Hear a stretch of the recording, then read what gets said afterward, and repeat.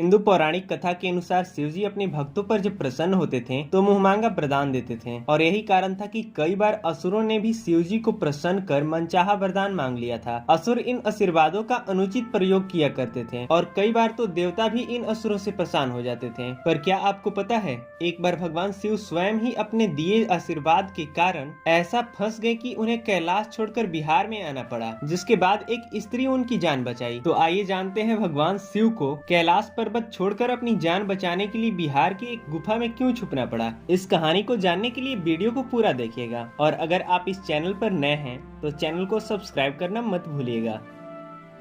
दोस्तों, हिंदू पौराणिक कथा के अनुसार भस्मासुर नाम का एक असुर था जो भगवान शिव को प्रसन्न करने के लिए घनघोर तपस्या की और शिव जी को अपने तप से प्रसन्न कर लिया। भगवान शिव भस्मासुर के तप से इतने प्रसन्न हुए कि बिना कुछ सोचे उसको मुहमांगा वरदान मांगने को कहा। तब भस्मासुर ने महादेव से कहा कि वह चाहता है कि उसे ऐसा वरदान मिले कि वह जिस पर हाथ रखे वह भस्म हो जाए। शंकर जी ने उसे ये वरदान दे दिया। वरदान पाकर वह बेहद प्रसन्न हुआ और वहाँ से निकल ही रहा था कि रास्ते में माता पार्वती उसे नजर आ गई। भस्मासुर उनकी खूबसूरती को देखकर इतना मोहित हो गया, वह उन्हें पाने को ललायत हो गया और उनके बारे में जानने के लिए उनका पीछा किया। तब जाकर उसे यह पता चला कि ये तो भगवान शिव की पत्नी पार्वती है। यह देखकर भगवान शिव से मिले वरदान को उन पर ही प्रयोग करने को ठान ली ताकि महादेव को मारकर माता पार्वती से शादी कर ले। भस्मासुर भगवान शिव का पीछा करने लगा। अपने ही दिए गए वरदान के कारण भगवान शिव को कैलाश छोड़कर भागना पड़ा। भागते भागते भोलेनाथ ने बिहार के एक पहाड़ की गुफा में छिप गए।